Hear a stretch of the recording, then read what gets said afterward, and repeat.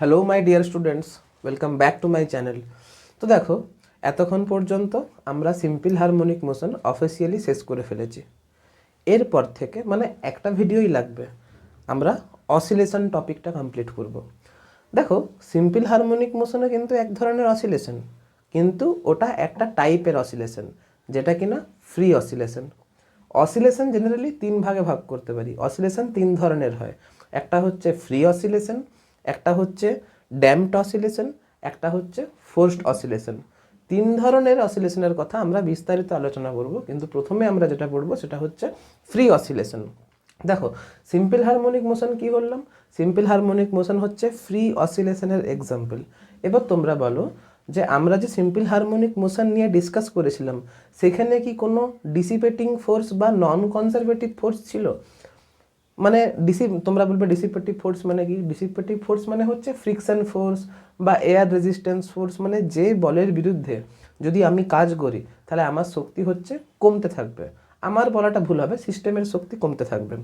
ধরা যাক আমরা সিম্পল হারমোনিক মোশনে দু ধরনের অসিলেশনের কথা, মানে দুটো অসিলেশন পড়েছিলাম, একটা হচ্ছে স্প্রিং ব্লক সিস্টেম, একটা হচ্ছে সিম্পল পেন্ডুলাম। ধরে নিই spring block system. Spring block সিস্টেমে কি হয়েছিল, স্প্রিংয়ের একটা প্রান্তকে আমরা দেওয়ালের সঙ্গে অ্যাটাচ করেছিলাম, আর একটা প্রান্তে একটা ব্লক রেখেছিলাম, দিয়ে ব্লকটাকে হয় কম্প্রেস করে না হলে ইলংগেট করে ছেড়ে দিয়েছিলাম। দিয়ে ব্লকটা কি হচ্ছিল, এইরকম এইরকম এইরকম এইরকম এইরকম এইরকম করে অসিলেট করছিল। যেহেতু সেখানে ধরেছিলাম যে কোনো ফ্রিকশন নেই, সেখানে সারফেসগুলো স্মুথ ছিল, তাই জন্য একবার যদি অসিলেট করে ছেড়ে দিই তাহলে সিস্টেমটা কিন্তু ইনফাইনাইট টাইম ধরে অসিলেট করছিল, তাই না? যদি সেখানে ফ্রিকশন থাকতো তাহলে ব্লকের কাইনেটিক এনার্জি কিন্তু সময়ের সঙ্গে সঙ্গে কমতে থাকতো। কমে গিয়ে কি হতো, একটা সময়ে সিস্টেমের এনার্জি জিরো হয়ে যেত, ফলে সিস্টেমটা কিন্তু অসিলেট করা বন্ধ করে দিত। কিন্তু ওইখানে তো আমরা ডিসিপেটিভ ফোর্স নিয়ে পড়িনি, ওইখানে ধরেছিলাম শুধুমাত্র একটাই ফোর্স কাজ করছিল, যেটা কিনা রেস্টোরিং ফোর্স। আর রেস্টোরিং ফোর্স ডিসপ্লেসমেন্টের সঙ্গে ডাইরেক্টলি সমানুপাতিক ছিল, তাই না? আর আমরা জানি যে কোনো ফোর্স যদি ডিসপ্লেসমেন্টের সঙ্গে সমানুপাতিক হয় তাহলে সেটা হচ্ছে কনজারভেটিভ ফোর্স, সেটা আমরা ওয়ার্ক পার এনার্জিতে পড়েছিলাম। মানে ডিসপ্লেসমেন্টের ওপর যদি ডিপেন্ড করে তাহলে এই ধরনের ফোর্সকে কনজারভেটিভ ফোর্স বলা হয়। আর তোমরা তো এমনি সিম্পল হারমোনিক মোশনে পড়েও এসেছো যে রেস্টোরিং ফোর্সের আন্ডারে যদি কোনো একটা পার্টিকেল বা কোনো একটা সিস্টেম যদি মুভ করে তাহলে সেটা তার এনার্জি কি হয়, কনজার্ভ থাকে, তাই না? তো দেখো, ফ্রি অসিলেশন মানে এমন একটা অসিলেশন যেখানে কিন্তু কোনো রকমের কোনো ডিসিপেটিভ ফোর্স বা অপচয়ী বল থাকবে না। এখন যদি কোনো অপচয়ী বল না থাকে তাহলে ঘটনাটা কী হবে লক্ষ্য করে দেখো। প্রথমে তুমি যদি একটু তুমি যদি একটু থিওরিটিক্যালি বুঝতে চাও তাহলে ব্যাপারটা কী হচ্ছে, তোমরা কি প্রত্যেকে জানো যে সিম্পল হারমোনিক মোশন এক্সিকিউট করছে এরকম কোনো পার্টিকেলের এনার্জি ইজ ইকুয়াল টু কত হয়? Energy e is equal to কত হয়? Energy e is equal to হয় half of k of a square. যেখানে এটাকে কি বলতাম, এটাকে আমরা অ্যাম্পলিটিউড বলতাম। স্বাভাবিক, এটা তো কনস্ট্যান্ট হচ্ছে না। যদি সেইখানে ফোর্স থাকতো তাহলে কি হতো, যদি সেইখানে কোনো ডিসিপেটিভ ফোর্স থাকার ব্যাপারটা আমরা ড্যাম্পড অসিলেশনে পড়বো। যেহেতু এখানে ফ্রি অসিলেশন পড়ছি তাহলে ডিসিপেটিভ ফোর্স নিয়ে আলোচনা করছি না। যেহেতু কোনো ডিসিপেটিভ ফোর্স নেই তাহলে কি হচ্ছে, energy is equal to constant থাকছে। Energy is equal to constant থাকলে কি হচ্ছে, amplitude is equal to constant থাকছে। মানে ধরো কোনো একটা স্প্রিং ব্লক সিস্টেমকে যদি একটা স্পেসিফিক স্পেসিফিক অ্যামাউন্টে কম্প্রেশন করে বা স্পেসিফিক অ্যামাউন্টে যদি ইলংগেট করে ছেড়ে দাও, সেটা আজীবনকাল দুলতে থাকবে। তাহলে এই ধরনের অসিলেশন কিন্তু ফ্রি অসিলেশন। বুঝতে পেরেছো? এবার ধরো সিম্পল পেন্ডুলামের ক্ষেত্রে time period T is equal two 2π√L/g হয়। সেখানে টাইম পিরিয়ড কিন্তু কনস্ট্যান্ট ছিল, কেন? কারণ সেখানে কিন্তু কোনো এয়ার ড্র্যাগ মানে বায়ুর বাধাজনিত বল কিন্তু আমরা আলোচনা করিনি, সেখানে ধরে নিয়েছিলাম কোনো অপচয়ী বল ছিল না, তাই জন্য তার টাইম পিরিয়ড কনস্ট্যান্ট ছিল। তার মানে কি, তার অ্যাম্প্লিটিউডটাও কনস্ট্যান্ট ছিল। মানে কোনো একটা ওই সিস্টেমটাকে যদি একবার যদি আমি অসিলেট করিয়ে যদি ছেড়ে দিতাম তাহলে পার্টিকেলটা আজীবনকাল অসিলেট করতে পারতো, তাই না? তাহলে এই ধরনের যে অসিলেশন সেইগুলোকে বলবো ফ্রি অসিলেশন। এরপর ধরো কিছু কিছু ইম্পর্টেন্ট পয়েন্ট আছে যেগুলো তোমাদেরকে নোট ডাউন করতে হবে। ফ্রি অসিলেশন সম্পর্কে বলার মতো সেরকম কিছু নেই, তোমরা এতক্ষণ ধরে যা পড়ে এসেছো সেটা সমস্ত ধরনের মানে সেই অসিলেশনগুলো কিন্তু ফ্রি অসিলেশনই। দেখো, আমি কিছু পয়েন্টের আকারে তোমাদেরকে রিভাইজ করিয়ে দিচ্ছি। বলছে ফ্রি অসিলেশন মানে কি, the oscillation of a particle with fundamental frequency. Fundamental frequency মানে কি, স্প্রিং ব্লক সিস্টেমের ক্ষেত্রে যে fundamental frequency F is equal to time 1/t, তোমরা টাইম পিরিয়ডের সূত্র জানো, টি ইজ ইকুয়াল টু 2π√m/k হয়, তাহলে frequency F is equal two 1/t করে তোমরা নিজেরাই বের করতে পারবে। ওইখানে যে ফ্রিকোয়েন্সিটা পড়ছে সেটা কিন্তু সিস্টেমের কিন্তু ফান্ডামেন্টাল ফ্রিকোয়েন্সি। তার মানে এই ধরনের অসিলেশনে ফ্রিকোয়েন্সিটা কিন্তু সিস্টেমের ফ্রিকোয়েন্সিটা কিন্তু তার ফান্ডামেন্টাল ফ্রিকোয়েন্সিই হবে। বলছে the oscillation of a particle with fundamental frequency under the influence of restoring force are defined as free oscillation. মানে কোনো একটা পার্টিকেল মানে কোনো একটা সিস্টেম যদি তার ফান্ডামেন্টাল ফ্রিকোয়েন্সি নিয়ে অসিলেট করে তাহলে সেটাকে বলবো free oscillation. The amplitude, frequency and energy of oscillations remain constant. এইখানে কিন্তু স্বাভাবিক বললাম না, energy is equal to constant. এখন এনার্জির সঙ্গে কার সম্পর্ক রয়েছে? অ্যামপ্লিটিউডের স্কোয়ারের সম্পর্ক রয়েছে। যেহেতু energy is equal to constant তাহলে এখানে অ্যামপ্লিটিউড ইজ ইকুয়াল টু কী হবে? কনস্ট্যান্ট হবে, সেটাই লেখা আছে। দ্য অ্যামপ্লিটিউড কনস্ট্যান্ট থাকবে। আর যেহেতু এইখানে সিস্টেমটা তার ফান্ডামেন্টাল ফ্রিকোয়েন্সি নিয়ে অসিলেট করছে তাই জন্য ফ্রিকোয়েন্সিটাও কনস্ট্যান্ট থাকবে। আর স্বাভাবিক energy of oscillation is equal to constant থাকবে। তোমরা এটা বুঝতে পারছো? এবারে বলেছে the oscillator which keeps on oscillating with constant amplitude for infinite time is known as free oscillation. স্বাভাবিক বললাম না, যেহেতু এখানে কোনো অপচয়ী বল নেই তাহলে এইখানে সিস্টেমের টোটাল এনার্জিটা কী হচ্ছে? কনস্ট্যান্ট থাকছে। আর যেহেতু টোটাল এনার্জি কনস্ট্যান্ট থাকছে তাই জন্য সিস্টেমটাকে একবার দুলিয়ে যদি ছেড়ে দাও তাহলে সেটা কিন্তু আজীবন কাল ধরে দুলতেই থাকবে। এইটা ইনফাইনাইট সময় ধরে এই অসিলেশনটা হবে। আর এই ধরনের অসিলেশনকে আমরা ফ্রি অসিলেশন বলছি। আশা করছি তোমরা বুঝতে পেরেছো। চলো এটা এই পয়েন্টগুলো আগে নোট ডাউন করে নাও, ঠিক আছে? তারপরে আমি নেক্সট ড্যাম্পড অসিলেশন বলছি। দেখো, আমরা যে ফ্রি অসিলেশন পড়লাম সেটা কিন্তু আইডিয়াল অসিলেশন, কিন্তু প্র্যাকটিক্যালি তুমি যদি কোনো একটা বডিকে অসিলেট করিয়ে ছেড়ে দাও তাহলে সেইখানে তো ডিসিপেটিভ ফোর্স থাকে। এক্সাম্পল কি? ধরো পার্কে গেছো, তুমি কোনো বাচ্চাকে দোলনাতে দুলিয়ে ছেড়ে দিলে। এবারে দোলনার যে শিকলগুলো থাকে, দোলনাতে যে লোহার শিকলগুলো থাকে যে রডের সঙ্গে বাঁধা থাকে, সেই রডে ঘর্ষণ থাকে, আর ঘর্ষণ থাকে বলেই ক্যাঁচ ক্যাঁচ করে আওয়াজ হয়। তাহলে তুমি অসিলেটিং বডিতে তুমি ওই বাচ্চাটাকে ঝুলানোর জন্য যে এনার্জি সিস্টেমে তুমি দিলে সে এনার্জির একটা অংশ কিন্তু ফ্রিকশন ফোর্সের বিরুদ্ধে কাজ করার জন্য সিস্টেমের এনার্জি কি হচ্ছে? সময়ের সঙ্গে সঙ্গে ডিক্রিজ করছে। আর ওই যে এনার্জি, সেই এনার্জিটা যাচ্ছে কোথায়? সেই এনার্জিটা শব্দ শক্তিতে রূপান্তরিত হচ্ছে। ওই লোহাতে ঘর্ষণের জন্য যে একটা হিট তৈরি হচ্ছে সেই হিটে ট্রান্সফার হচ্ছে। তার মানে কি এখানে কিন্তু সিস্টেমের এনার্জি সময়ের সঙ্গে সঙ্গে কনস্ট্যান্ট থাকছে না। এবার আমরা একটু আগে দেখলাম যে energy e is equal to কী হয়? Half of k of a square হয়, বা কে এর জায়গায় যদি তুমি এম ওমেগা স্কোয়ার বসিয়ে দাও, দেখো ব্যাপারটা energy e is equal to কী হচ্ছিল? Energy e is equal to হচ্ছিল half of k of a square. এখন যদি কে এর জায়গায় তুমি মানটা বসিয়ে দাও half of m of omega square a square. যেহেতু এখানে এনার্জি সময়ের সঙ্গে সঙ্গে কনস্ট্যান্ট থাকছে না, তার মানে কি এনার্জির মান সময়ের সঙ্গে সঙ্গে ডিক্রিজ করছে। এখানে কি হচ্ছে? এনার্জির ভ্যালু সময়ের সঙ্গে সঙ্গে ডিক্রিজ করছে। এনার্জির ভ্যালু যদি ডিক্রিজ করে তাহলে সিস্টেমের অ্যামপ্লিটিউড কি হচ্ছে? ডিক্রিজ করছে। তার মানে তুমি বাচ্চাটাকে একবার যদি দুলিয়ে ছেড়ে দাও তাহলে তার দোলনের অ্যামপ্লিটিউড অর্থাৎ বিস্তারটা আগে যতটা ডিসপ্লেসমেন্ট জুড়ে দুলছিল, যতটা ম্যাক্সিমাম ডিসপ্লেসমেন্ট যতটা হচ্ছিল, সময়ের সঙ্গে দেখবে কি হবে যে মানে ওই অ্যামপ্লিটিউডের ভ্যালু বা ম্যাক্সিমাম ডিসপ্লেসমেন্টের ভ্যালু কমতে থাকে। কি হয়? তুমি দোলনাটাকে দুলিয়ে দিলে, অনেকটা দুললো, সেকেন্ড অসিলেশনে দেখবে একটু কম দুলবে, থার্ড অসিলেশনে আরও একটু কম দুলবে, ফোর্থ অসিলেশনে আরও একটু কম দুলবে। এরকম করে সময়ের সঙ্গে সঙ্গে দেখবে একটা সময় কি হবে? সিস্টেমটা দোলা বন্ধ করে দেবে। কেন দোলা বন্ধ করছে? কারণ ওই যে ডিসিপেটিং ফোর্সগুলো রয়েছে, ডিসিপেটিং ফোর্সগুলো থাকার জন্য সিস্টেমের এনার্জি সময়ের সঙ্গে সঙ্গে কনস্ট্যান্ট থাকছে না, সময়ের সঙ্গে সঙ্গে এনার্জি কি হচ্ছে? ডিক্রিজ করছে। এনার্জি ডিক্রিজ করলে কি হচ্ছে? অ্যামপ্লিটিউড কমতে থাকছে।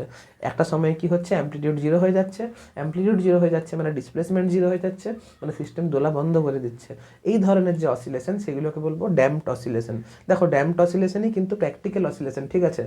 আমরা যে ফ্রি অসিলেশন নিয়ে পড়েছিলাম সেটা কিন্তু আইডিয়াল কেস ছিল, সেখানে কোনো ডিসিপেটিং ফোর্স ছিল না। কিন্তু প্র্যাকটিক্যাল ক্ষেত্রে একটা ডিসিপেটিভ ফোর্স থাকেই, ঠিক আছে।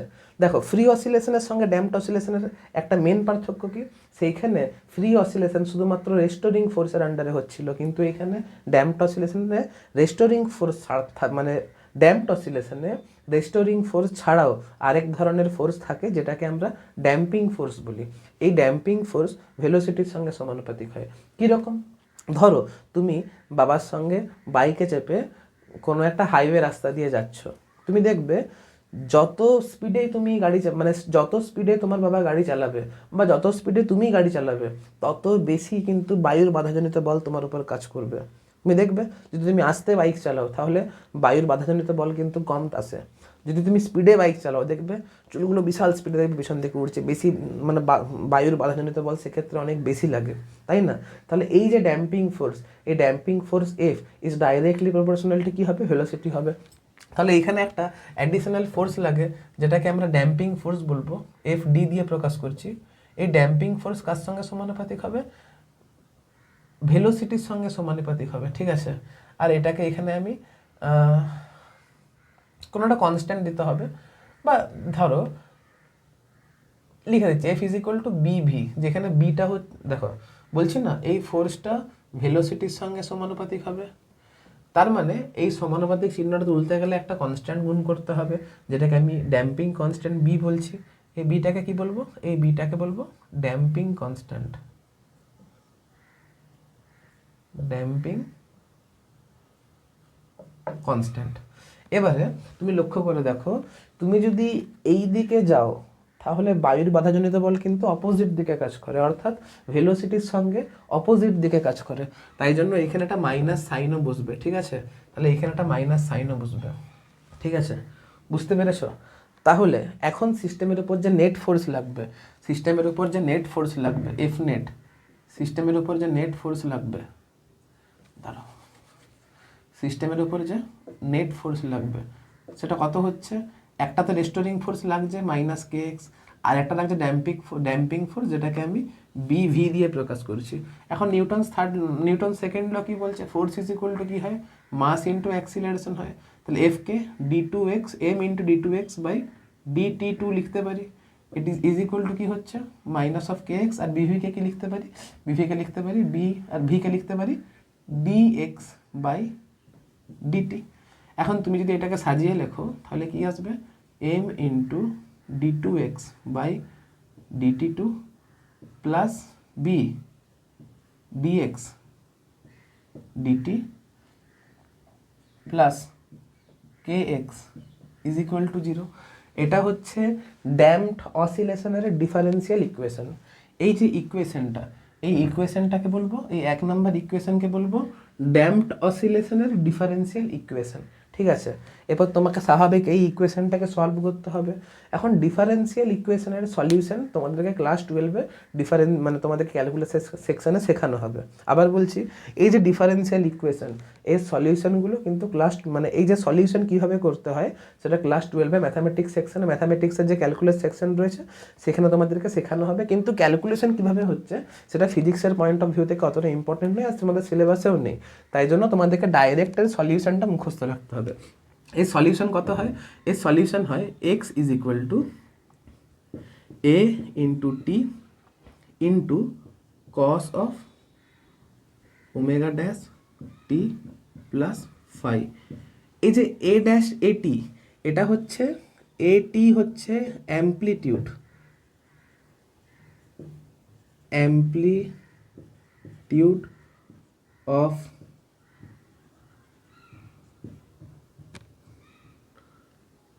Damped oscillation. দেখো না এর সঙ্গে টি আছে মানে কি, এটা হচ্ছে টাইম ডিপেন্ডেন্ট অ্যাম্প্লিটিউড, এটা হচ্ছে টাইম ডিপেন্ডেন্ট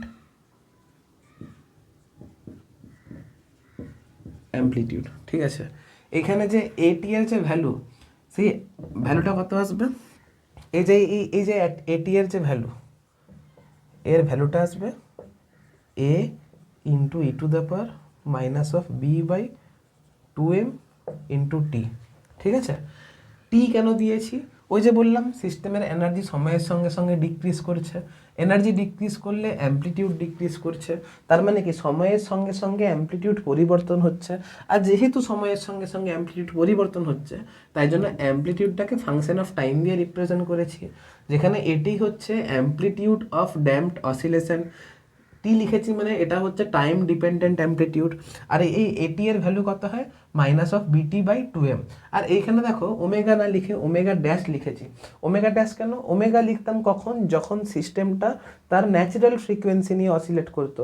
কিন্তু যেহেতু এইখানে একটা ড্যাম্পিং ফোর্স রয়েছে বা অপচয়ী বল রয়েছে, তাই জন্য এই ক্ষেত্রে সিস্টেমের অ্যামপ্লিটিউড কিন্তু তার ন্যাচারাল ফ্রিকোয়েন্সির থেকে কম হবে। এবং এর মানটা কত হবে সেটা লিখে দিচ্ছি, দাঁড়াও। এর মানটা হবে এই যে ওমেগা ড্যাশ, এই ওমেগা ড্যাশের ভ্যালুটা হবে, omega dash is equal two হবে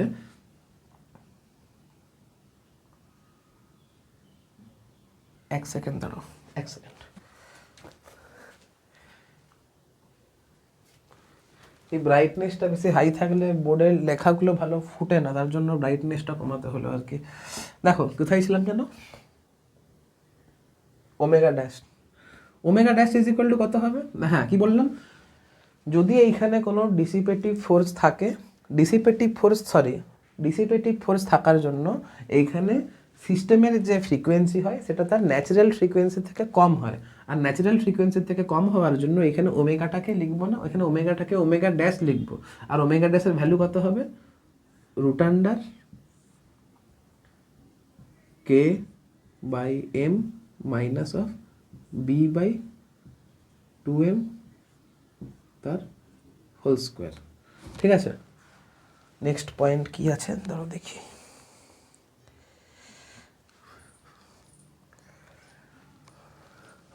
দেখো এবারে কে বাই এম মানে কি, কে বাই এম হচ্ছে সিস্টেমের ন্যাচারাল ফ্রিকোয়েন্সি, তো এটাকে লিখতে পারো ওমেগা স্কোয়ার। আর বি বাই 2m-কে অনেক বইয়ে গামাও লেখা থাকে, ঠিক আছে, যেখানে গামা ইজ ইকুয়াল টু কত হচ্ছে বি বাই 2m, এটা কিন্তু খেয়াল থাকে জানো। তাহলে লক্ষ্য করে দেখো এখানে অ্যামপ্লিটিউড সময়ের সঙ্গে সঙ্গে চেঞ্জ হচ্ছে, তাহলে সিস্টেমের যে energy e is equal to কত হবে, half of k of a square হবে। এ স্কোয়ারের জায়গায় এ না লিখে এখানে এ অফ টি তার হোল স্কোয়ার, মানে এ ইজ ফাংশন অফ টাইম না, তো এটাকে তার স্কোয়ার করব। তাহলে আলটিমেট কত আসছে, half of k of a square of e to the power minus of b t by m হবে। এই ইকুয়েশনটা তোমাদের কিন্তু খেয়াল রাখতে হবে, ঠিক আছে। এবারে তার মানে এইখানে এনার্জি, সিস্টেমের এনার্জি এক্সপোনেনশিয়ালি ডিকে করছে।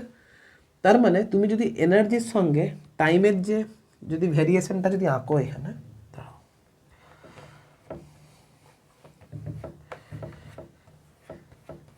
যদি তুমি এখানে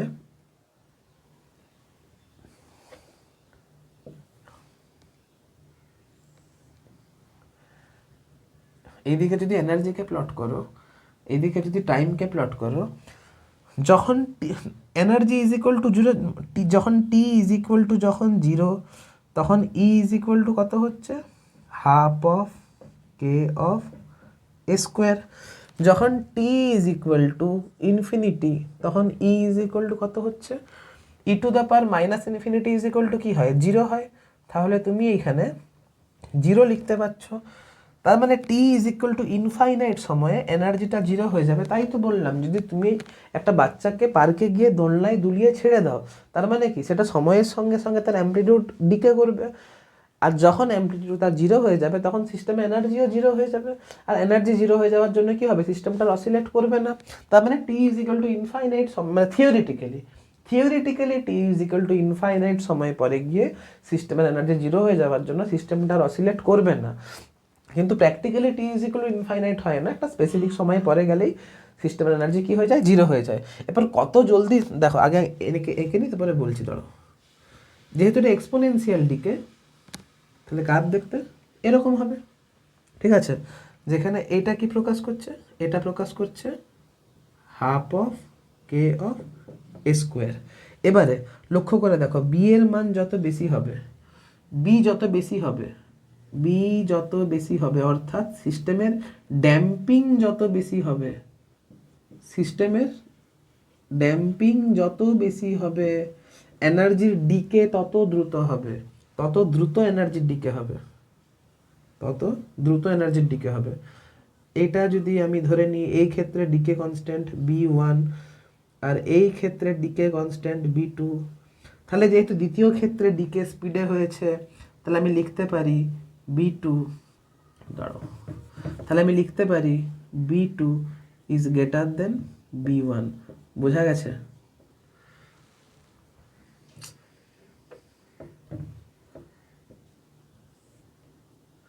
এবারে দেখো এইখানে সিস্টেমের যে মানে যে ডিসপ্লেসমেন্টের যে ইকুয়েশন সেটা কত দাঁড়াচ্ছে, x is equal to A cos theta.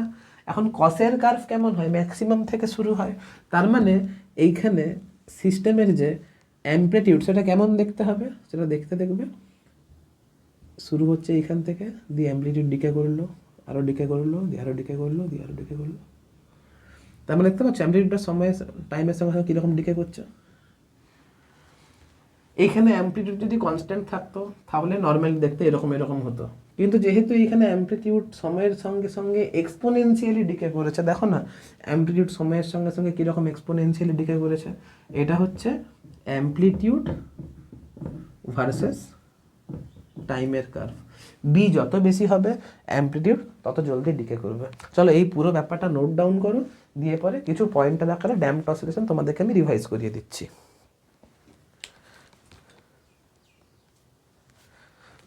তাহলে দেখো বলছে এই পয়েন্টগুলো তোমাদেরকে নোট ডাউন করতে হবে, তোমরা বাংলা ভাষাতে নিজের মতো করে লিখে নেবে, আর যদি ইংলিশ মিডিয়াম স্টুডেন্ট হয় তাহলে ইংলিশে লিখে নেবে, কোনো অসুবিধা নেই, আমি ইংলিশেই বলছি। বলছে damped oscillation, the oscillation in which amplitude decreases gradually with the passage of time are called damped oscillation। ওই যে বললাম সময়ের সঙ্গে সঙ্গে যা যদি সিস্টেমের অ্যাম্প্লিটিউড গ্র্যাজুয়ালি ডিক্রিজ করে তাহলে এই ধরনের অসিলেশনকে বলবো ড্যাম্পড অসিলেশন। বলছে ইন মেনি রিয়েল সিস্টেমস, দেখো রিয়েল সিস্টেম কথাটা কিন্তু এখানে বলেছে, non conservative forces such as friction retarded the motion. বললাম রিয়েল সিস্টেমে কি হয়, আমরা ধরেছিলাম আইডিয়ালি কি ধরেছিলাম যে কোনো ফ্রিকশন নেই, সারফেসগুলো স্মুথ ছিল, কিন্তু প্র্যাকটিক্যালি কি হয় সারফেসে ফ্রিকশন থাকে, ফ্রিকশন থাকার জন্য মোশন রিটার্ড করে, সময়ের সঙ্গে সঙ্গে অ্যাম্প্লিটিউড কী হচ্ছে ডিক্রিজ করছে, consequently the mechanical energy of the system diminishes in time, সময়ের সঙ্গে সঙ্গে সিস্টেমের মেকানিক্যাল এনার্জি কী হয় ডিক্রিজ করতে থাকে, and the motion is said to be damped, তাহলে মোশনটা হয়ে যাবে ড্যাম্পড। এবারে নেক্সট যেটা পড়বো সেটা হচ্ছে মানে ড্যাম্পড অসিলেশনের ইফেক্টগুলো কী কী হতে পারে। দেখো বলছি,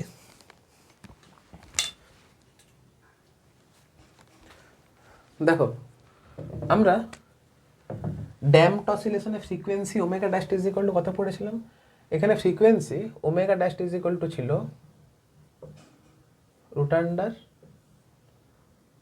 ওমেগা স্কোয়ার মাইনাস b/2m তার হোল স্কোয়ার। এখন ওমেগা স্কোয়ারকে আমি লিখতে পারি k/m মাইনাস b/2m তার হোল স্কোয়ার। এবারে দেখো এইখান থেকে তিনটে কেস আসতে পারে। কেস নাম্বার 1, যদি বি এর মানটা b/2m যদি ওমেগার থেকে অনেক ছোট হয়। কেস নাম্বার 2, যদি b/2m ওমেগার সমান হয়। কেস নাম্বার 3, যদি b/2m ওমেগার থেকে বড় হয়। b/2m এর ভ্যালু ওমেগার থেকে ছোট, তাহলে omega dash is equal to কী হচ্ছে, omega dash is equal to positive, অর্থাৎ এর বাস্তব মান আছে। বি ছোট মানে ড্যাম্পিং ছোট, ড্যাম্পিং কনস্ট্যান্ট ছোট, তার মানে নর্মাল কি হচ্ছে এক্ষেত্রে, নর্মালি অ্যাম্প্লিটিউড এরকমভাবে ডিক্রিজ করবে, এরকম করে ডিক্রিজ করবে। এটা হচ্ছে বি এর মান ওমেগার থেকে মানে b/2m এর মান ওমেগার থেকে ছোট, নর্মালি এরকম করে আস্তে আস্তে অ্যামপ্লিটিউড ডিক্রিজ করে একটা সময় জিরো হয়ে যাবে। এই যে কন্ডিশন, এই কন্ডিশনটাকে আমরা বলবো, এই যে কন্ডিশন, এই কন্ডিশনটাকে আমরা বলবো আন্ডার ড্যাম্পড। Under damped. মুখস্থ রাখার ট্রিক কি? কি বললাম? ড্যাম্পিং কনস্ট্যান্ট বি এর ভ্যালু ছোট, বি এর ভ্যালু ছোট যদি হয় তাহলে এই যে আন্ডার কথাটা লেখা আছে, তাহলেই এটাকে বলবো আন্ডার ড্যাম্পড। যদি বি বাই টু এম ওমেগার সঙ্গে যদি সমান হয়ে যায় তাহলে omega dash is equal to zero হয়ে যাবে, অর্থাৎ অসিলেট করবে না। কি হবে? No oscillation.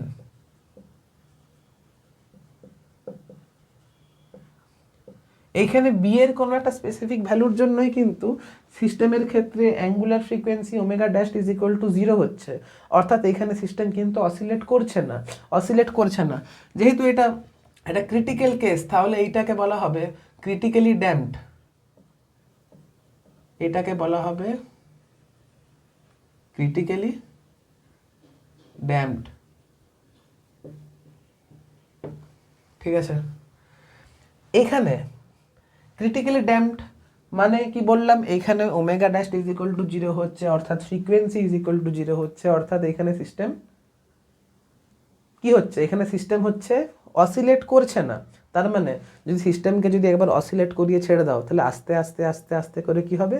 সে মিন পজিশনে চলে আসবে, আর মিন পজিশনের অন্য দিকে যাবে না। মানে ধরো এটা স্প্রিং ছিল, ধরো এটা স্প্রিংয়ের ন্যাচারাল লেন্থ ছিল। তুমি এইখান থেকে মানে এই স্প্রিংটাকে কম্প্রেস করে যদি ছেড়ে দাও তাহলে আস্তে আস্তে আস্তে আস্তে করে স্প্রিং তার ন্যাচারাল লেন্থে চলে আসবে। ন্যাচারাল লেন্থে চলে আসবে মানে মিন পজিশনে চলে আসবে, আর মিন পজিশনের ওই দিকে যাবে না। ওই দিক চলে গেলে তো অসিলেটের ব্যাপার চলে আসছে। যেহেতু omega is equal to zero হচ্ছে, যেহেতু frequency is equal to zero হচ্ছে, তাহলে স্বাভাবিক এখানে অসিলেশনের ব্যাপার আসছে না। তো তার মানে মিন পজিশন থেকে যদি টেনে ছেড়ে দাও তাহলে আস্তে আস্তে করে সে তার মিন পজিশনে ফেরত চলে আসবে, বা মিন পজিশনের আগেই থেমে যাবে, ওই দিকে আর যাবে না। মিন পজিশনের আগেই থেমে যাবে, ওই দিকে আর যাবে না। অর্থাৎ এই ক্ষেত্রে কার্ভটা দেখতে কেমন হবে? আমাকে এটা মুছতে হবে, ঠিক আছে? তোমরা কিন্তু নোট ডাউন করে নেবে।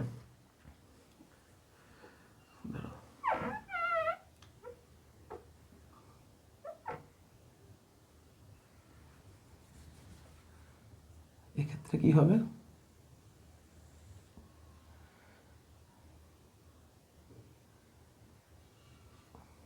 এরকম হয়ে যাবে, মানে মিন পজিশনের আগেই সে থেমে যাবে, সে আর অপোজিট দিকে আসবে না। বুঝতে পেরেছো? এটা হচ্ছে ক্রিটিক্যালি ড্যাম্পড। মানে এটা আস্তে আস্তে করে মিন পজিশনের দিকে চলে আসবে, মিন পজিশনে চলে আসবে বা মিন পজিশনের একটু আগেই থেমে যাবে। এটা হচ্ছে ক্রিটিক্যালি ড্যাম্পড। এবারে দেখো, আশা করছি তোমরা আন্ডার ড্যাম্পড বুঝতে পেরেছো, ক্রিটিক্যালি ড্যাম্পড বুঝতে পেরেছো। এরপর নেক্সট যেটা বুঝতে হবে সেটা হচ্ছে ওভার ড্যাম্পড। দেখো, বি/2m যদি ওমেগা স্কোয়ারের থেকে বড় হয়ে যায়, ওমেগার থেকে যদি বড় হয়ে যায় তাহলে কি হবে? তাহলে ওমেগা ড্যাশ এর ভ্যালুটা কি হয়ে যাচ্ছে? ইমাজিনারি হয়ে যাচ্ছে, যে মানটা সম্ভবই নয়। যদি এই ঘটনাটা ঘটে তাহলে ওমেগা ড্যাশের ভ্যালু রুট আন্ডার নেগেটিভ চলে আসছে, আর নেগেটিভ সংখ্যার রুট হয় না। তাই জন্য এই যে মানটা, এটা কাল্পনিক মান চলে আসছে, ইমাজিনারি ভ্যালু চলে আসছে, কাল্পনিক মান চলে আসছে। তার মানে এখানে তো আরোই অসিলেট করবে না। তার মানে এখানে যদি তুমি স্প্রিংটাকে একবার যদি কম্প্রেস করে ছেড়ে দাও, মানে তুমি বুঝতে পারবে না যে তার মধ্যে আবার স্যার মানে স্প্রিংটা এখানে এমনই একটা স্প্রিং, তুমি বুঝতেই পারবে না যে স্প্রিংটা তার মেন পজিশনে ফেরত যাচ্ছে। মনে হবে যে এখানে তুমি যেখান থেকে তুমি কম্প্রেস করে দিয়েছো, মনে হবে যে ওইখানেই স্প্রিংটা দাঁড়িয়ে গেছে, আর আগের অবস্থানে আসছে বলে তোমার মনে হবে না। মানে আসবে না এমনটা নয়, আসবে, কিন্তু এতটাই আস্তে আস্তে আসবে তুমি বুঝতে পারবে না যে স্প্রিংটা তার ন্যাচারাল লেন্থে ফিরে আসছে। তার মানে এখানে ফিরে আসার ধরনটা কেমন হবে দেখতে? এরকম হবে। এটা হচ্ছে তোমার ক্রিটিক্যালি ড্যাম্পড, এটা হচ্ছে তোমার ওভার ড্যাম্পড। এটা হচ্ছে তোমার ক্রিটিক্যালি ড্যাম্পড,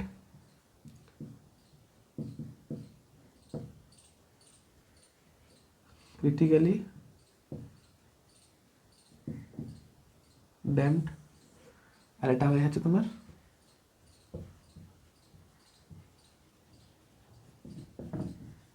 ওভার ড্যাম্পড। বুঝতে পেরেছ? এবারে বলবে যে ওভার ড্যাম্পডের কাজ কি? ধরো তুমি একটা ভালো ইমাজিন করো তুমি একটা বাসে উঠেছো, বাসের চাকার সঙ্গে বাসের যে ডাব্বাটা থাকে তার একটা স্প্রিং লাগানো থাকে। এখন যখন বাস রাস্তার মধ্য দিয়ে ছুটে, ধরো হঠাৎ করে কোনো গাড্ডায় মানে কোনো গর্ততে বাসের চাকাটা পড়লো, যেহেতু বাস স্পিডে ছিল, যখন চাকাটা কোনো ছোট্ট গর্ততে পড়ছে বা বাম্পারে আসছে তখন কম্প্রেশন হচ্ছে স্প্রিংয়ে। তার মানে কি স্প্রিংয়ের মধ্যে এনার্জি স্টোর হচ্ছে। যদি স্প্রিংটা ফ্রি অসিলেট করতো বা আন্ডার ড্যাম্পড অসিলেশন করতো, তার মানে কি স্প্রিংটা এরকম করে কম মানে এমনি এমনি করে দুলতে থাকতো। যদিও সেটা ড্যাম্পড, তার মানে কি দোলাটা আস্তে আস্তে সময়ের সঙ্গে কমে একটা সময় ফ্রি হতো, একটা সময় অসিলেশন বন্ধ হতো। তার মানে তুমি কি এরকম বাসে যাওয়া পছন্দ করবে যে বাসটা কোনো গর্তে পড়ার মানে চাকাটা ছোটো একটা গর্তে পড়ার পর বাসটা এরকম করে ঝাঁকুনি দিচ্ছে? স্বাভাবিক তোমার ভমিটিং হবে, বা যাদের যদি কোনো বৃদ্ধ মানুষ বাসের ভেতরে বসে থাকেন তাদের অসুবিধা হবে। তাহলে তুমি এরকম বাসে চাপা কোনোদিনও প্রেফার করবে না। যে বাসটা সবসময় জার্কিং দেয়, এরকম করে জার্কিং দেয়, কোনোদিনও পছন্দ করবে না। তাই জন্য ভালো ভালো বাস বা ভালো ভালো ট্রেন যেগুলো হয় সেখানে কোচে না, সেখানে স্প্রিংটা এমন চুজ করা হয় যাতে করে সেখানে ওভার ড্যাম্পড হয়। কীরকম ওভার ড্যাম্পড অসিলেশন হয়, মানে ওভার অসিলেশন কথাটা বলা ভুল হবে, যেহেতু ওভার ড্যাম্পড হয়। অসিলেশন কেন? কারণ যেহেতু এখানে অসিলেশন হচ্ছে না, তাই জন্য অসিলেশন কথাটা বলা চলবে না এখানে, এটাকে ওভার ড্যাম্পডই তোমাকে বলতে হবে। ধরো তুমি কোনো ভলভো বাসে চেপেছো, ঠিক আছে, এবার ধরো ওই চাকাটা যদি কোনো গর্তে পড়ে যায় তাহলে স্বাভাবিক স্প্রিংয়ে কম্প্রেশন আসবে। যেহেতু এটা ওভার ড্যাম্পড, আমি বললাম না, যদি একবার কম্প্রেস হয়ে যায় তুমি বুঝতে পারবে না যে আদৌ সেটা তার মেন পজিশনের দিকে যাচ্ছে কি যাচ্ছে না। যদি মানে যাবে না নয়, কিন্তু সেটা এতই আস্তে আস্তে যাবে তোমার মনে হবে যে স্প্রিংটা সংকুচিত অবস্থায় স্থির হয়ে রয়ে গেছে, সেটা খুবই আস্তে আস্তে যাবে। তাই মানে যখন ওই ভলভো বাসগুলো বা ট্রেনের যে স্প্রিংগুলো হয় সেগুলো এত আস্তে আস্তে মানে ধরো কম্প্রেস হলো, সেটা এত আস্তে আস্তে তার মেন পজিশনের দিকে যায় তুমি বুঝতেই পারবে না, ফিল করতে পারবে না। তার মানে কি বাসের স্প্রিংটা যদি একবার সংকুচিত হয় তাহলে খুব আস্তে আস্তে সেটা আবার তার ন্যাচারাল পজিশনে আসবে, মানে তুমি জার্কিংটা ফিল করতে পারবে না। তাই জন্যই সকাপগুলো খুব ভালো হয়। দামি দামি বাসের ক্ষেত্রে তুমি জার্কিংগুলো জেনারেলি বোঝা যায় না। বুঝতে পেরেছো? এটা হচ্ছে ওভার ড্যাম্পের একটা ভালো এক্সাম্পল। ঠিক আছে, চলো এতটা নোট ডাউন করো। আমার ড্যাম্পড অসিলেশন পড়ানো হয়ে গেলে পরে লাস্ট ফোর্সড অসিলেশন পড়ালেই তোমাদের এই টপিকটা পুরো শেষ হয়ে যাবে। চলো নোট ডাউন করো আগে। দেখো, ড্যাম্পড অসিলেশন থেকে একটা ভালো অঙ্ক করে নিই আর কি। যদি এই অঙ্কটা করে নাও তাহলে ড্যাম্পড অসিলেশন থেকে যা অঙ্ক আসুক না কেন পারবে, একটা টাইপই আসে আর কি। দেখো বলেছে, in damped oscillations the amplitude after 50 oscillation is 0.8 a0 where a0 is the initial amplitude. মানে 50টা অসিলেশন পরে অ্যাম্পলিটিউড যেটা দাঁড়াচ্ছে সেটা হচ্ছে প্রাথমিকে 0.8, ঠিক আছে, 0.8 গুণ। বলছে then determine the amplitude after 150 oscillation. 150টা অসিলেশন কমপ্লিট করার পর কত হবে তোমার অ্যাম্পলিটিউডের ভ্যালু, ঠিক আছে, ফাইনাল অ্যাম্পলিটিউড কত হবে সেটা বের করতে হবে। তাহলে আমরা জানি এ ইজ ইকুয়াল টু কী হয়, আমরা জানি এ ইজ ইকুয়াল টু হয় a0 into e to the power minus of বিটি বাই 2m। এখন এর ভ্যালু কত বলেছে? 0.8 a0, ইনিশিয়াল অ্যাম্পলিটিউড a0 ছিল, আর টাইমটা হচ্ছে 50টা অসিলেশন কমপ্লিট করার পর। একটা অসিলেশন কমপ্লিট করলে time is equal to capital T হয়, 50টা অসিলেশন কমপ্লিট করলে small t is equal to 50 into capital T হবে। তাহলে এখানে ই টু দ্য পাওয়ার কত লিখবো? E to the power minus of 50 b capital T by 2m হবে। ঠিক আছে, তাহলে এখান থেকে পরিষ্কার দেখতে পাচ্ছি 0.8 ইজ ইকুয়াল টু হচ্ছে e to the power minus of 50 বিটি বাই 2m। এটা হচ্ছে আমার 1 নাম্বার ইকুয়েশন। আমাকে বের করতে হবে 150টা অসিলেশন কমপ্লিট করার পর অ্যাম্পলিটিউড কত দাঁড়াচ্ছে আর কি। দাঁড়াও, এটা হচ্ছে 50। এখন 150টা অসিলেশন কমপ্লিট করার পর amplitude A is equal to দাঁড়াবে a0 into e to the পাওয়ার, এখন টি এর জায়গায় 150 টি ক্যাপিটাল টি লিখবো, তাহলে 150 into b capital T by 2m is equal to, এটা দাঁড়াচ্ছে a0 into e to the power minus 50 বিটি বাই 2m, এটার হোল কিউব লিখতে পারি। এখন এটার ভ্যালু আমি জানি 0.8, তাহলে এটা হয়ে গেল 0.8 তার হোল কিউব ইন্টু a0। এখন 0.8-এর whole cube is equal to কত হয়? 0.512 হয়। তাহলে এটা আমার ফাইনাল অ্যান্সার বেরিয়ে গেল। খুব সহজ জিনিস। এবারে দেখো না, এটা করার শর্ট ট্রিকও আছে। দেখো small t is equal to কত ছিল, মানে ইনিশিয়াল সময় কত ছিল, 50 ক্যাপিটাল টি ছিল। ফাইনাল, এটা ছিল ইনিশিয়াল, ফাইনাল কত ছিল, 150 ইন্টু ক্যাপিটাল টি ছিল। এইখান থেকে এইখানে আসতে গেলে কত দিয়ে গুণ করতে হতো, 3 দিয়ে গুণ করতে হতো। আমার এইখানে কি করতে হলো, final amplitude is equal to 0.8 something to the power n into initial amplitude a 0। এখানে এনের জায়গায় কত বসলো, আমার 3 বসলো, বাস অ্যান্সার। তাহলে এটা হচ্ছে ট্রিক। ডাইরেক্ট ট্রিক মুখস্থ করবে না, আগে অঙ্কটা বুঝবে তারপরে ট্রিক করবে। চলো এই অঙ্কটা করলেই, মানে আমি দেখিনি ড্যাম্পড অসিলেশনে এই একটা টাইপই আসে আর কি, এর বাইরেটা আমি দেখিনি আর কি। চলো এতটা নোট ডাউন করো, দিয়ে ফোর্সড অসিলেশন বলছি।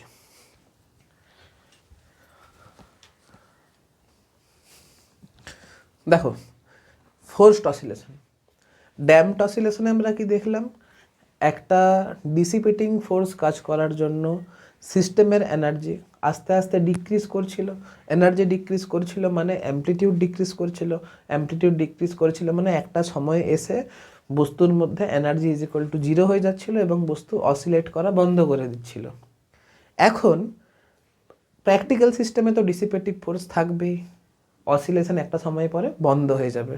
কিন্তু আমি যদি চাই যে অসিলেশন কখনো বন্ধ না হোক, তার মানে ড্যাম্পিং ফোর্সের বিরুদ্ধে কাজ করার জন্য সিস্টেম যে পরিমাণ এনার্জি লস করছে, ততটা এনার্জি, ধরো একটা অসিলেশন কমপ্লিট করার জন্য সিস্টেমটাকে ড্যাম্পিং ফোর্সের বিরুদ্ধে যে পরিমাণ কাজ করতে হলো, অতটা পরিমাণ শক্তি সিস্টেম কি করলো, হারিয়ে ফেললো। অতটা পরিমাণ শক্তি যদি বাইরের থেকে আমি যোগান দিতে পারি সিস্টেমে, তাহলে কি হচ্ছে, সিস্টেমের এনার্জি সময়ের সঙ্গে সঙ্গে ডিক্রিজ করছে না, সিস্টেমের এনার্জি সময়ের সঙ্গে সঙ্গে কনস্ট্যান্ট থেকে যাচ্ছে। আবার বলছি, ড্যাম্পিং ফোর্সের বিরুদ্ধে কাজ করার জন্য সিস্টেম ড্যাম্পিং ফোর্সের বিরুদ্ধে যে পরিমাণ কাজ করছিল, ততটা পরিমাণ শক্তি সিস্টেমের খরচ হয়ে যাচ্ছিল। বাইরে থেকে যদি ততটা পরিমাণ এনার্জি আমি সিস্টেমে দিতে পারি, তাহলে সিস্টেমের এনার্জি সময়ের সঙ্গে সঙ্গে ডিক্রিজ করবে না, অর্থাৎ সিস্টেমের এনার্জি কনস্ট্যান্ট থাকবে। এখন তুমি বাইরে থেকে ফোর্স দিয়ে বাইরে থেকে এনার্জি, মানে ফোর্সের সাহায্যে এনার্জি দিয়ে তুমি সিস্টেমের অসিলেশনটাকে সাস্টেন রেখেছো। সিস্টেম অসিলেট করছে কেন, কারণ তুমি বাইরে থেকে ফোর্স অ্যাপ্লাই করে সিস্টেম এনার্জি প্রোভাইড করছো। যেহেতু বাইরে থেকে ফোর্স অ্যাপ্লাই করে এনার্জি সাপ্লাই করার জন্য সিস্টেমটা অসিলেট করছে, তাই জন্য এই ধরনের অসিলেশনকে আমরা ফোর্সড অসিলেশন বলবো। কি বললাম বোঝা গেল? ধরো না, যদি তুমি ওই যে বাচ্চাটাকে যদি পার্কে নিয়ে যাও আর যদি দোলনায় যদি বসিয়ে দাও আর যদি দুলিয়ে ছেড়ে দাও, তাহলে সময়ের সঙ্গে সঙ্গে কী হবে, দোলনাটা দোলা বন্ধ করে দেবে। কিন্তু তুমি যদি চাও যে বাচ্চারা সবসময় দোল খাক, তাহলে কি করতে হবে, আমাকে ইকুয়াল অ্যামাউন্ট অফ এনার্জি, যতটা পরিমাণ এনার্জি সিস্টেমে লস হয়ে যাচ্ছে ততটা পরিমাণ এনার্জি সিস্টেমে দেওয়ার জন্য কনস্ট্যান্টলি সিস্টেমের উপর আমাকে ওয়ার্ক করে যেতে হবে। ধরো বাচ্চারা দোল খেয়ে একবার এলো, আমাকে আবার একটু ঠেলতে হবে, আবার দোল খেয়ে এলো, আবার ঠেলতে হবে, আবার দোল খেয়ে এলো, আবার ঠেলতে হবে। মানে কি, আমি যদি এই ঠেলাটা যদি কন্টিনিউয়াস যদি বজায় রাখতে পারি, তবেই না বাচ্চাটা সবসময় দুলতে পারবে কনস্ট্যান্ট অ্যামপ্লিটিউড নিয়ে। এটা তো আমরা করে থাকি, তোমরা প্রত্যেকে জানো। যেহেতু এইখানে দুলছে কার জন্য, আমি সিস্টেমের উপর কাজ করছি, তার জন্যই সিস্টেমটা কিন্তু দুলছে, কনস্ট্যান্টলি দুলছে। বুঝতে পারছো তো? তাহলে আমার ফোর্সের জন্য বাধ্য হচ্ছে, আমার কাজ করার জন্য বাধ্য হচ্ছে সিস্টেমটা অসিলেট করতে। তাই জন্য এই ধরনের অসিলেশনকে আমরা ফোর্সড অসিলেশন বলবো। বোঝা গেছে? এবার তুমি লক্ষ্য করে দেখবে, তুমি যদি আস্তে আস্তে ফোর্স অ্যাপ্লাই করো, তাহলে সিস্টেমটা আস্তে আস্তে দুলবে। তুমি যদি স্পিডে যদি ফোর্স অ্যাপ্লাই করতে থাকো, তাহলে সিস্টেমটা স্পিডে দুলবে। তার মানে সিস্টেমটা কিন্তু এখানে তার নিজের ন্যাচারাল ফ্রিকোয়েন্সি নিয়ে অসিলেট করে না। তুমি যদি চাও যে জোরে দুলাতে, মানে স্পিডে দুলাতে, তাহলে তোমাকে স্পিডে ফোর্স অ্যাপ্লাই করতে হবে, মানে স্পিডে এনার্জি দিতে হবে। তার মানে বুঝতে পারছো তো? তার মানে সিস্টেমটা কিন্তু এখানে তার ন্যাচারাল ফ্রিকোয়েন্সি নিয়ে অসিলেট করবে না। সিস্টেম এখানে কি হবে, তুমি যে ফ্রিকোয়েন্সিতে সিস্টেমে এনার্জি প্রোভাইড করাচ্ছ, সেই ফ্রিকোয়েন্সির ওপরে, মানে সেই ফ্রিকোয়েন্সি নিয়ে সিস্টেমটা এখানে অসিলেট করবে। ঠিক আছে? তার জন্য এখন দেখো, তোমাকে এখানে দুটো জিনিস মনে রাখতে হবে। একটা হচ্ছে ড্রাইভার আর একটা হচ্ছে ড্রিভেন। ড্রাইভার মানে কি, যে বাস চালায়, এইখানে ড্রাইভার, বাস বা গাড়ি চালায়, এইখানে ড্রাইভার মানে কি, যে অসিলেট করাচ্ছে সেটাকে ড্রাইভার বলবো, মানে তুমি এইখানে অসিলেট করাচ্ছ মানে তুমি হলে এখানে ড্রাইভার, ঠিক আছে। আর যেটা অসিলেট করছে সেটাকে বলবো ড্রিভেন। তুমি ড্রাইভ করছো, তুমি এখানে তুমি এনার্জি প্রোভাইড করছো বলে সিস্টেম দুলছে, তার মানে তুমি হলে এখানে ড্রাইভার। আর তোমার ফোর্স, তোমার এনার্জি সাপ্লাই করার জন্য ও দুলছে, তার মানে এটা হচ্ছে ওটা হচ্ছে ড্রাইভার আর হচ্ছে ড্রিভেন, ঠিক আছে। এবার এক সেকেন্ড ধরো তো, তার মানে এখানে কি সিস্টেম তার নিজের ফ্রিকোয়েন্সি নিয়ে অসিলেট করছে এমনটা নয়, তুমি যে ফ্রিকোয়েন্সিতে এনার্জি সাপ্লাই করছো সেই ফ্রিকোয়েন্সিতে অর্থাৎ ড্রাইভারের ফ্রিকোয়েন্সি নিয়ে সিস্টেম অসিলেট করছে। তার মানে সিস্টেমের ফ্রিকোয়েন্সি এখানে তার ন্যাচারাল ফ্রিকোয়েন্সি হবে না, তুমি ড্রাইভারের ফ্রিকোয়েন্সিটা এখানে, না ড্রাইভারের ফ্রিকোয়েন্সি নিয়ে এইখানে সিস্টেম অসিলেট করবে, বুঝতে পেরেছো? তাহলে এইখানে তুমি যে ফোর্সটা অ্যাপ্লাই করছো সেই ফোর্সটা কি কনস্ট্যান্ট ফোর্স? সেই ফোর্সটা তো কনস্ট্যান্ট ফোর্স নয়, তুমি কিন্তু এখানে ফোর্সটা পিরিয়ডিক্যালি দিচ্ছ, তাই না? তার মানে তোমাকে যদি ফোর্স অসিলেশন করতে হয় তাহলে তোমাকে পিরিয়ডিক্যালি একটা ফোর্স সিস্টেমে দিতে হবে, ড্রাইভারকে পিরিয়ডিক্যালি একটা ফোর্স সবসময় কিন্তু কন্টিনিউয়াসলি দিয়ে যেতে হবে। তাই জন্য এই অসিলেশনকে ফোর্সড অসিলেশন বা ড্রিভেন অসিলেশন বলছে। তার মানে এইখানে দেখো net force is equal to কী কী ছিল আমার, net force F is equal to একটা ফোর্স তো আমার রেস্টোরিং ফোর্স ছিল, একটা ফোর্স তো আমার ড্যাম্পিং ফোর্স ছিল, আরেকটা ফোর্স লাগবে যেটা সিস্টেমটাকে অসিলেট করাবে। এখন যেহেতু এই ফোর্সটা তোমার সিস্টেমকে সাপোর্ট করছে মানে অসিলেট করতে সাহায্য করছে, তাই জন্য এখানে কিন্তু মাইনাস সাইনটা দেবো না, এখানে প্লাস সাইনটা দেবো। তাহলে এইখানে দেভি প্লাস এইখানে হয়ে যাবে F0 ইন্টু কস, দাঁড়াও,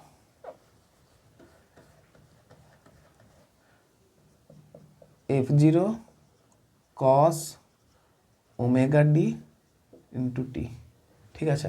ওমেগা ডি হচ্ছে ফ্রিকোয়েন্সি অফ ড্রাইভার, বোঝা গেছে। আর এই ফ্রিকোয়েন্সি নিয়েই কিন্তু আমার সিস্টেম অসিলেট করবে, ঠিক আছে। তাহলে এর যে ডিফারেন্সিয়াল ইকুয়েশন সেটা দেখতে কেমন হবে, এফ এর জায়গায় কী লিখবো, m into d two x by dt two is equal to minus of k x minus of b into dx by dt plus f0 cos omega d into t, এখানে লিখতে পারি m d2x by dt2 plus b dx by dt plus kx is equal to দাঁড়াবে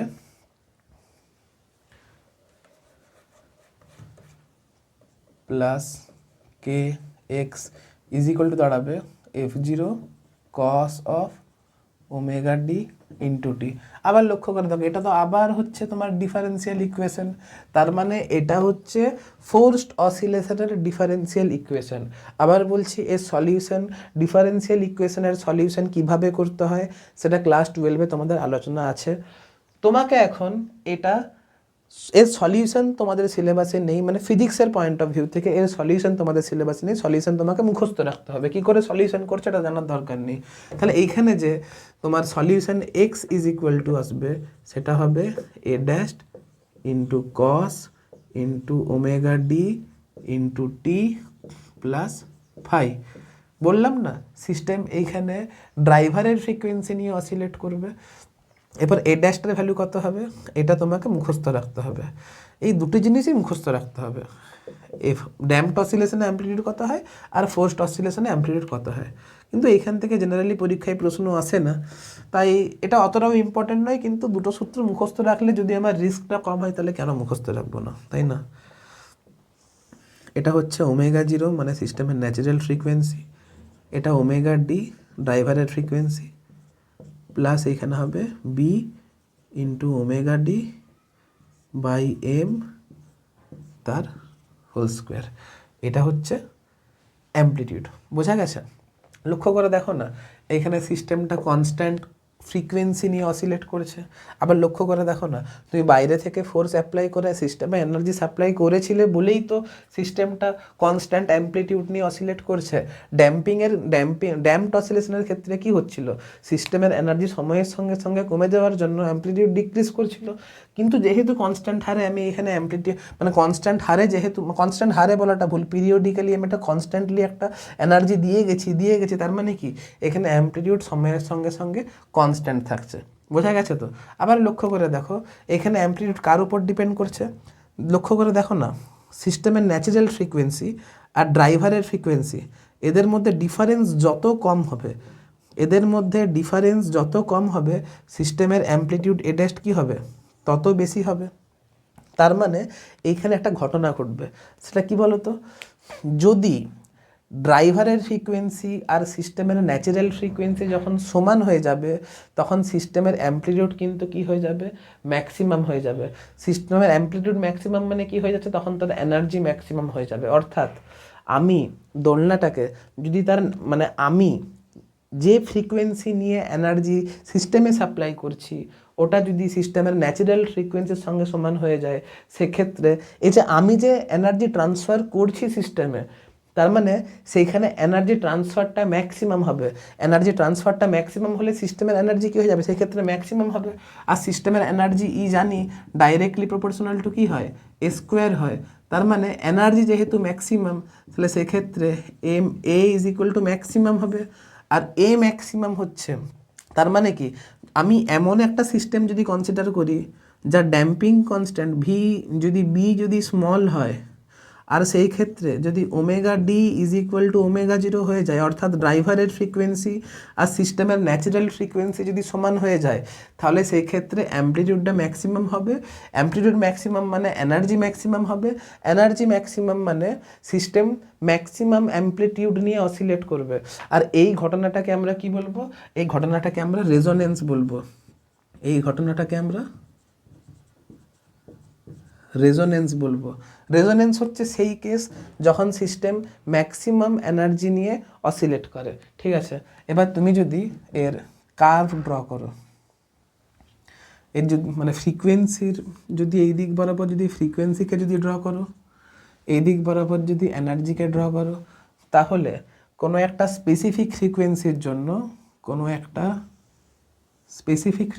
জন্য তুমি সিস্টেমের energy কি হচ্ছে, maximum পাচ্ছ। ঠিক আছে, দাঁড়াও,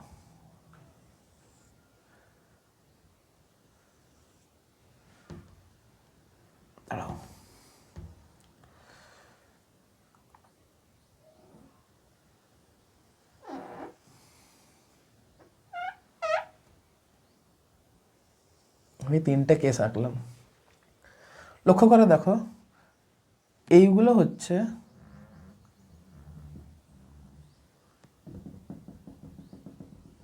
এটা হচ্ছে সেই ফ্রিকোয়েন্সি যখন omega is equal to omega D হবে। এই পয়েন্টে কি হচ্ছে, এনার্জিগুলো ম্যাক্সিমাম হচ্ছে। এনার্জি ম্যাক্সিমাম মানে অ্যাম্প্লিটিউড ম্যাক্সিমাম। এখন ধরো যদি বি বেশি হয়, যদি বি এর মান বেশি হয়, তাহলে এ ম্যাক্সের মান কি হয়ে যাবে, কমে যাবে।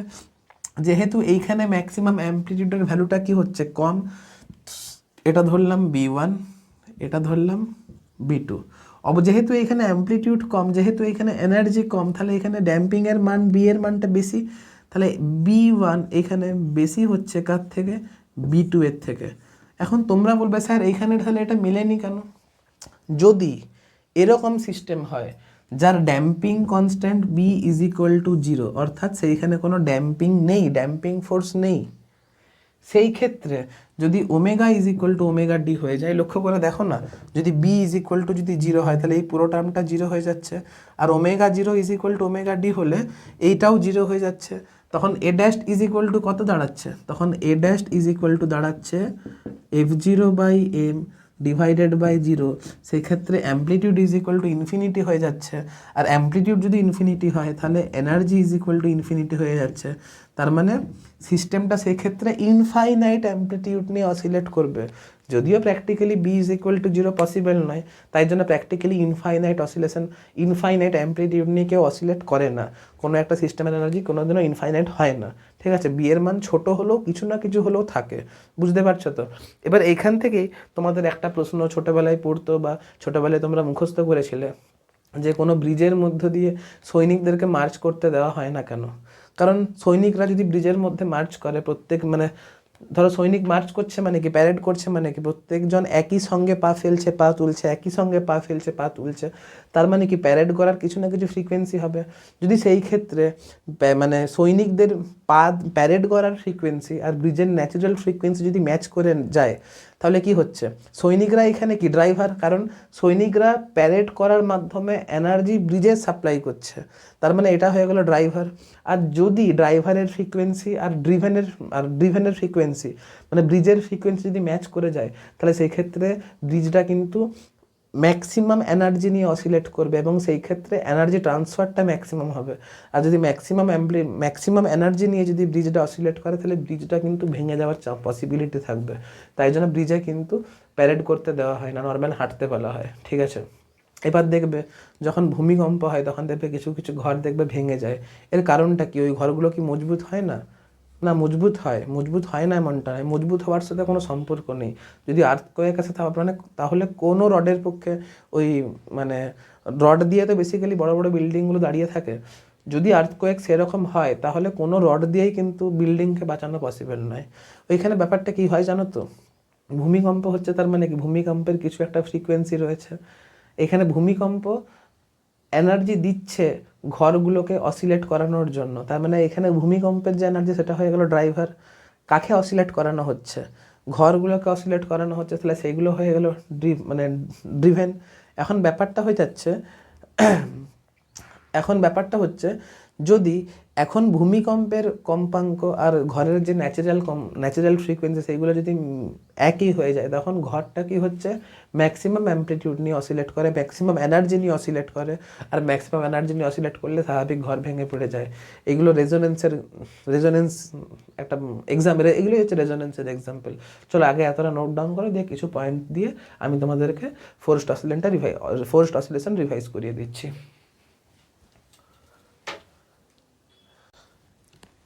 তো দেখো বলছে all free oscillations eventually die out because of ever present damping force। বললাম না, ড্যাম্পিং ফোর্স থাকার জন্য সিস্টেমের এনার্জি আস্তে আস্তে কমতে থাকে। এনার্জি কমছে মানে অ্যাম্প্লিটিউড কমছে মানে কোনো একটা অসিলেটিং বস্তু আস্তে আস্তে স্থির হয়ে যাচ্ছে, মানে অসিলেশন বন্ধ হয়ে যাচ্ছে। However, an external agency can maintain this oscillation।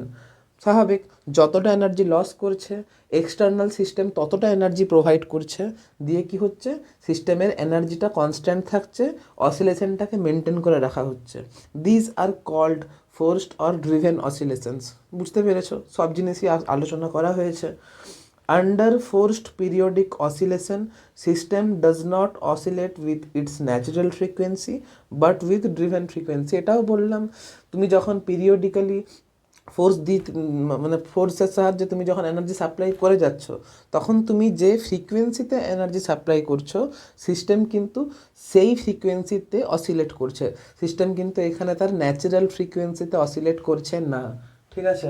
এবারে কি বলছে, the amplitude of driven oscillator decreases due to damping forces বলেছি, but on account of the energy gained from external source it remains constant। এটাও তুমি বুঝতে পারছো। The amplitude of forced vibration is determined by the difference between the frequency of applied force and the natural frequency। যে দেখালাম যত মানে omega zero আর omega D মানে সিস্টেমের ন্যাচারাল ফ্রিকোয়েন্সি আর ড্রাইভারের ফ্রিকোয়েন্সির মধ্যে ডিফারেন্স যত কম হবে অ্যাম্প্লিটিউডের ভ্যালু তত বেশি হবে। রেজোনেন্সে তো সেটাই পড়লাম যে সিস্টেমের ন্যাচারাল ফ্রিকোয়েন্সি আর ড্রাইভারের ফ্রিকোয়েন্সিটা সেম হয়ে যাচ্ছিল, অর্থাৎ ওমেগা জিরো আর ওমেগা ডি সেম হচ্ছিল, তাই জন্য তো অ্যাম্প্লিটিউড বেশি হচ্ছিল। তো এখানে বলছে যে ডিফারেন্সটা যত কম হবে অ্যাম্প্লিটিউড তত বেশি হবে। If difference between frequency is small then amplitude will large. বাস এই তো ফোর্সড অসিলেশনের ডিভিশন হয়ে গেল। তোমরা চাইলে এটা বাংলাতে লিখে নিতে পারো, মানে পরীক্ষায় যেমন রিকোয়ারমেন্ট হবে। আর যদি ইংলিশ মিডিয়ামের স্টুডেন্ট হও তাহলে ইংলিশেই লিখতে পারো, কোনো অসুবিধা নেই। আর যদি জ্ঞান অর্জনের জন্য করছো, তোমরা যেটা সুবিধা সেটাতে লিখবে। আমি তো বলবো যেমন হোয়াটসঅ্যাপে মেসেজ করো বন্ধুদেরকে, ইংরেজি মানে ভাষাটা বাংলা হবে কিন্তু লেখাটা ইংরেজিতে হবে, সেরকম করে লিখলে সব থেকে বেস্ট হবে। মানে তোমার যেটাতে সুবিধা সেটাতে লিখবে, কোনো অসুবিধা নেই। এবারে দেখো রেজোনেন্সের একটু রিভিশন করিয়ে দিই। বলছে ফর স্মল ড্যাম্পিং মানে বি ইজ ইকুয়াল, মানে বি এর মানটা যদি খুব ছোট হয়, the amplitude is large when the frequency of the driving force is near the natural frequency of oscillation. স্বাভাবিক বললাম, যদি বি এর মান যদি ছোট হয় আর যদি omega zero is equal to omega D হয়, তাহলে কি বলেছে, তাহলে কি হয়, দ্য অ্যাম্পলিটিউডটা বেড়ে যায়। The increase in amplitude near natural frequency is called resonance and the natural frequency is also called resonant frequency of the system. ঠিক আছে, আর যে ফ্রিকোয়েন্সিতে এই অ্যাম্পলিটিউডটা ম্যাক্সিমাম হচ্ছে ওটাকেই রেজোনেন্ট ফ্রিকোয়েন্সি, মানে সিস্টেমের সেটাকেই রেজোনেন্ট ফ্রিকোয়েন্সি বলা হচ্ছে। In the state of resonance, there occurs maximum transfer of energy from driver to driven. স্বাভাবিক, যখন তোমার ফ্রিকোয়েন্সিটা সিস্টেমের ন্যাচারাল ফ্রিকোয়েন্সির সঙ্গে সমান হয়ে যাচ্ছে, তখন ড্রাইভার ড্রিভেনকে ম্যাক্সিমাম এনার্জি সাপ্লাই করছে। ঠিক আছে, মানে এনার্জি ট্রান্সফারটা ম্যাক্সিমাম হচ্ছে। At the resonance the applied force in phase with velocity and power. স্বাভাবিক, পাওয়ার ইজ ইকুয়াল টু কী হয়, এফ ডট ভি হয়। যদি সেম ফেজে থাকে, থিটা ইজ ইকুয়াল টু 0 হয়, তবেই না cos theta is equal two 1 হবে। আর সেক্ষেত্রে তবেই না পাওয়ার ট্রান্সফারটা ম্যাক্সিমাম হবে। ওই যে পাওয়ার বলছে ভেলোসিটি অ্যান্ড পাওয়ার ট্রান্সফারটা তো অসিলেটর ইজ এ ম্যাক্সিমাম। অবশ্যই সেম ফেজ থাকলে থিটা ইজ ইকুয়াল টু 0 হবে, cos theta is equal two 1 হবে। সেক্ষেত্রে P is equal two F dot V, সেখানে এফ ডট ভি এর ভ্যালুটা ম্যাক্সিমাম হবে। আর এফ ডট ভি এর ভ্যালুটা ম্যাক্সিমাম হলে কী হবে, ড্রাইভারটা সিস্টেমে সব থেকে বেশি পাওয়ার ট্রান্সফার করতে পারবে, ওটাই বলা আছে। এই তো দেখো সুন্দর হয়ে গেল তোমার ফোর্সড অসিলেশনের ডিভিশন আর রেজোনেন্সের ডিভিশন। এগুলো আমি লিখে দিচ্ছি কারণ তোমাদের সুবিধা হবে, কিন্তু অ্যাকচুয়ালি এগুলো তোমাদের করা উচিত। চলো তারা নোট ডাউন করো। আমরা ultimate simple harmonic motion and oscillation শেষ করে ফেললাম। নেক্সট তোমাদের ওয়েভ নিয়ে ডিসকাশন হবে। তো চলো, আশা করছি simple harmonic motion and oscillation তোমরা ভালোভাবে বুঝতে পেরেছো, লেকচারগুলো এনজয় করেছো। যদি তোমাদের কোনো ডাউট থাকে তোমরা অবশ্যই কমেন্ট সেকশনে জানাবে। আমি চেষ্টা করব তোমাদের ডাউটগুলো নিয়ে আলাদা করে ভিডিও বানানোর। আজকের মতো এতটাই, আজকে বাই।